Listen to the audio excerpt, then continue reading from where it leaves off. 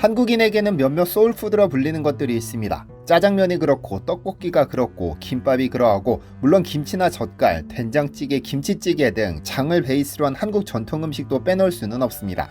음식이 문화를 만들고 문화가 세상을 움직인다는 말이 있습니다. 최근 10년간 이 말은 마치 한국을 위해 생겨난 명언인데 K푸드의 전 세계적인 확산세는 무서울 지경입니다. 한때는 냄새난다며 거들떠도 보지 않던 한식들이 이제 미국 땅에서 줄 서서 사 먹어야 하는 음식이 됐고, 김밥 같은 경우는 수요를 감당하지 못해 몇 개월간 판매 중단 사태가 벌어지기도 했습니다. 제3의 물결을 통해 지식정보 시대를 예견한 세계적인 미래학자 엘빈 토플러는 또 다른 명저 부의 미래에서 미래 먹거리를 예견한 적이 있습니다. 그는 제1의 맛은 소금, 제2의 맛은 양념, 제3의 맛은 발효이며 세상은 서서히 발효의 시대로 옮겨가고 있다고 말했죠. 놀라운 점은 그의 예언이 단지 과장이 아니라는 사실입니다. 오늘날 발효 음식은 건강과 환경을 중시하는 시대 정신에 부합하며 세계인의 식탁을 점령하고 있는데요. 그 중심에는 단연 한국이 있습니다. 미국의 건강 전문지 헬스는 지난 2006년 세계 5대 건강식품으로 한국의 김치, 일본의 나또, 스페인의 올리브유, 인도의 렌틸콩, 그리스의 요거트를 꼽았는데 이 중 3개가 전부 발효식품이고, 그중 한국인들만 먹었던 김치는 전 세계적으로 가장 오랫동안 먹어온 발효식품입니다. 이미 삼국시대부터 발효 음식을 만들기 시작했으니까요. 삼국시대 우리 조상들은 채소를 소금물에 담가 절인 침채를 먹은 것으로 옛 문헌 기록이 남아있는데, 겨울에 담가 먹는 동치미가 바로 동침에서 유래했죠. 김치라는 단어는 침채, 팀채, 딤채, 김채를 거쳐 조선시대 말부터 지금에 이르렀고, 김치냉장고 브랜드 딤채도 김치의 옛말에서 따왔습니다. 그런데 최근 놀라운 소식 하나가 유네스코로부터 전해졌습니다. 한국의 장남극이 문화가 유네스코 무형유산으로 등재될 가능성이 99.9%로 높아졌다는 소식인데요. 이제 전 세계 모든 이들의 입맛을 한국화시키기라도 할 계획인 것일까요? 안녕하세요, 디스멘털입니다. 잠시 역사의 한 페이지를 볼까요? 발효의 역사를 얘기할 때 빼놓을 수 없는 인물은 루이 파스테르입니다. 19세기 초까지 사람들은 발효는 일종의 마법 같은 현상으로 여겼습니다. 발효를 이용해 맥주를 만들고 와인을 만들고 치즈를 만들고 주식인 빵까지 만들어 먹으면서도 그 원리를 전혀 이해하지 못했죠. 당시 세계는 생명이란 생명의 기운이 깃들며 부모 없이도 스스로 생길 수 있다는 자연 발생설이 주도하고 있었는데, 이 자연 발생설을 뒤집은 인물이 바로 파스테르입니다. 그가 생각하기에 자연 발생설은 분명 잘못된 것이어서 이를 논파할 실험 방법을 골몰이 구상했습니다. 그래서 탄생한 것이 1861년에 그 유명한 백조목 플라스크 실험입니다. 목이 기다란 플라스크에다 고깃국을 담고 플라스크 목에 열을 가해 S자 모양으로 구부렸습니다. 그러고는 플라스크에 불을 올려 고깃국을 펄펄 끓인 후 불을 끄고 그냥 방치합니다. 입구가 열려 있으니 공기는 자연스럽게 들어가지만 미생물은 고깃국까지 진입하지 못하고 구부러진 플라스크 목 아랫부분에 고이게 됩니다. 중력을 거슬러 올라갈 수는 없으니까요. 2주일이 지나도 고깃국은 변질되지 않았습니다. 이후 파스테르는 플라스크를 기울여 고깃국을 미생물이 모인 목까지 출렁이게 했고, 얼마 뒤 고깃국은 뿌옇게 오염되는데요. 이 실험을 통해 파스테르는 모든 생물은 저절로 생기는 것이 아니라 반드시 그 어버이 생물로부터 발생한다는 생물 속생설 이론을 등장시키며 자연 발생설을 완전히 폐기시켜버렸습니다. 사실 파스테르의 미생물 발견은 프랑스의 와인 산업을 성장시키기도 했습니다. 1860년 1월 15일 나폴레옹 3세는 영국과 10년 기한의 자유무역 협정을 체결했는데, 이 덕분에 영국으로 수출하는 와인 양이 늘어났죠. 그런데 문제가 생겼습니다. 영국으로 가는 동안 와인 상당수가 맛이 변하곤 했으니까요. 급기야 황제는 파스테르에게 그 원인을 찾아달라고 명했는데, 파스테르는 현미경을 통해 와인 발효 과정에서 다양한 미생물이 관여한다는 사실을 발견했습니다. 그는 특정 미생물이 발효를 일으키며 다른 미생물은 부패를 유발한다는 것도 밝혀냈죠. 이를 통해 발효는 단순한 화학 반응이 아니라 미생물의 활동에 의해 이루어진다는 새로운 이해를 제시했습니다. 이 발견을 바탕으로 파스테르는 와인의 풍미는 유지하면서 부패는 방지하는 조건을 찾아냈는데, 와인을 60도 정도까지 가열해서 30분가량 온도를 유지하는 겁니다. 이것이 그 유명한 파스테르법 또는 저온살균법이라 부르는 것인데, 지금도 우유, 맥주 등 다양한 식품의 보존과 안전성 향상에 널리 활용되며 식품 산업에 혁신을 가져왔죠. 어쨌든 파스테르는 발효가 미생물의 대사작용에 의해 이루어진다는 것을 증명했는데, 한국은 이 과학적인 방법을 벌써 신라시대부터 사용해 왔습니다. 우리 장에 대한 첫 문헌 기록은 삼국사기에 기록된 683년이며 고려사에는 백성들에게 소금과 장을 나누어 주었다는 기록도 남아있고 1450년 세종 때는 우리나라 최초의 조리서로 알려진 산가요록에 매주 만드는 법, 장 만드는 법, 장맛 고치는 법 등과 함께 간장, 난장, 청장, 청근장, 상실장, 천리장, 치장 등 다양한 장의 종류가 기록되어 있기도 합니다.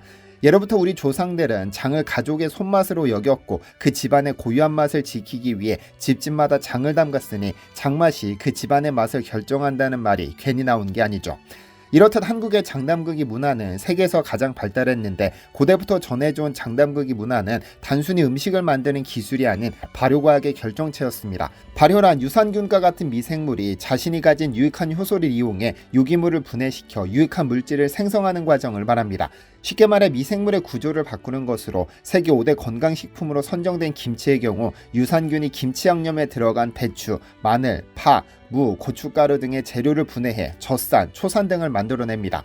이런 물질과 양념이 어우러져 시큼한 김치특유의 맛이 나게 되는데 잘 익은 김치 1g에는 약 200가지 유산균이 최대 1억 마리 살고 있다고 하죠. 이렇게 유산균에 의해 분해된 식품들은 흡수율도 높아지는데 발효를 거치면 영양소 분자가 굉장히 작아지기 때문에 흡수가 편해집니다.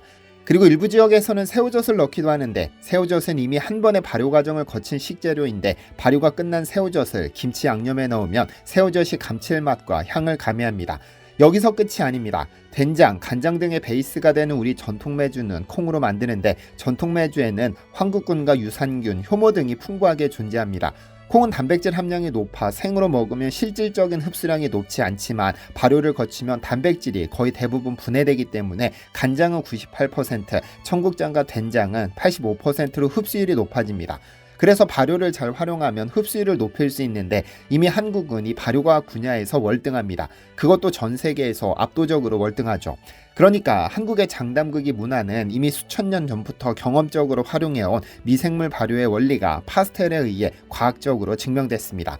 그리고 현대과학의 발전으로 한국의 장담극이 문화는 계속해서 진화하고 있습니다. 그리고 얼마 전 놀라운 소식이 전해졌습니다.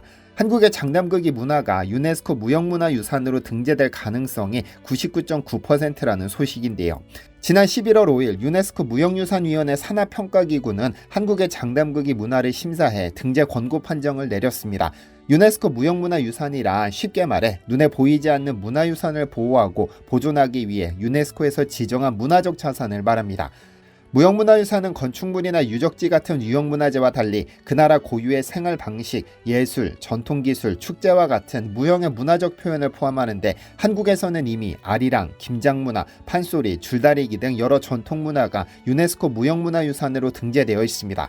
평가기구는 등재 신청서를 제출한 유산을 심사한 뒤 그 결과를 등재, 정보 보완, 등재 불가 등으로 구분하는데 우리 정부가 신청한 장담극이 문화는 등재 판단을 받았으며 평가기구는 심사 결과를 발표한 뒤 이를 무형유산위원회에 권고합니다. 앞선 사례에서 판정이 뒤집히는 경우는 거의 없어 등재가 확실시됩니다. 평가기구는 한국의 장문화를 밥, 김치와 함께 한국 음식 문화의 핵심이라고 설명하면서 집마다 다르며 각 가족의 역사와 전통을 담고 있다고 평가했습니다. 사실 유네스코 무형문화유산으로 등재되려면 단순히 오래된 전통이라는 것만으로는 부족합니다. 해당 문화가 해당 국가나 지역사회에서 얼마나 큰 의미를 갖고 있는지, 세대를 거쳐 전승되어 오고 있는지, 그리고 오늘날에도 그 문화가 지속가능하며 보존될 가치가 있는지를 종합적으로 평가합니다. 이 평가를 거쳐 각국 정부가 신청한 문화유산이 무형문화유산위원회의 심의를 통해 등재가 확정되죠. 최종 등재 여부는 2024년 12월 2일 파라과이 수도 아순시온에서 개최되는 제19차 무형유산위원회 논의를 거쳐 결정되는데요. 유네스코에 등재되는 것은 단순히 국제적인 인정을 받는 데 그치지 않고 전 세계가 함께 해당 문화를 보호하고 지원하겠다는 의미도 담고 있는 만큼 우리의 장담극의 문화가 보호가 필요한 특별한 문화라는 뜻이기도 합니다. 엘빈 토플러는 부의 미래를 통해 세상은 서서히 발효의 시대로 옮겨가고 있다고 말했는데 이 덕분에 김치, 된장, 고추장 등 한국 발효식품들의 인기가 어마어마합니다. 미국 경제매체 마켓워치에 따르면 2020년 기준 전세계 발효식품 시장 규모는 319억 달러로 연평균 6.2%씩 성장하고 있습니다. 특히 전세계 김치 시장 규모는 2018년 30억 달러에서 2025년 42억 8천만 달러에 이를 것이라고 하죠. 이는 실제 수치로도 확인됩니다. 수출량을 보면 알 수 있으니까요. 혹시 여러분은 한국의 대표 발효 식품인 김치를 수입하는 국가가 몇 개나 되는지 아시나요? 무려 93개국입니다.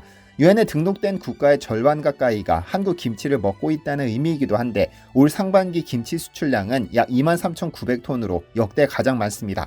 최근 10년 동안 상반기 김치 수출량은 계속해서 증가하고 있는데 2015년 11,500톤의 2배로 늘었습니다.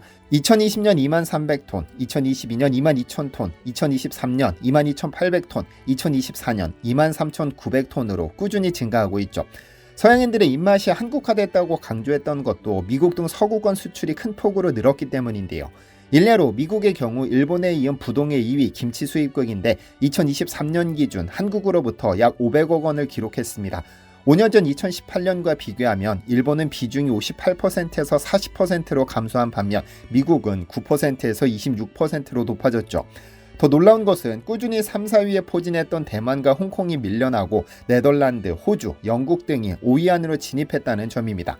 이렇듯 김치 수출이 사상 최고치를 계속해서 경신하고 있다는 것은 단순히 수출이 증가했다는 점을 넘어 한국 문화와 전통이 세계적으로 확산되고 있다는 신호이며 음식이 문화를 만들고 문화가 세상을 움직인다는 명언이 현실화되고 있다는 증거이기도 합니다. 발효식품의 가장 큰 장점은 지속 가능성입니다. 발효는 식재료를 장기간 보존할 수 있을 뿐 아니라 영양소를 배가시키죠. 장독대에서 발효된 된장, 고추장, 간장 등은 자연에너지를 이용해 만들어지고 생산 과정에서 최소한의 에너지와 자원을 사용합니다. 그리고 이러한 발효 기술이 가장 발달한 K푸드의 세계적 확산은 단순히 트렌드 이상의 의미를 가집니다. 한국의 전통이 세계로 확장되고 엘빈 토플러가 예언한 발효의 시대가 도래해 전 세계적인 한국화가 진행되는 상징적 현상이죠. 이에 발맞춰 다양한 국가의 식문화와 융합해 새로운 요리 트렌드가 창출되기도 했는데 가령 멕시코 타코는 김치 타코로, 이탈리아 파스타는 된장 파스타로, 햄버거는 고추장 버거와 같은 퓨전 요리로 등장했고 엄청난 인기를 끌고 있습니다.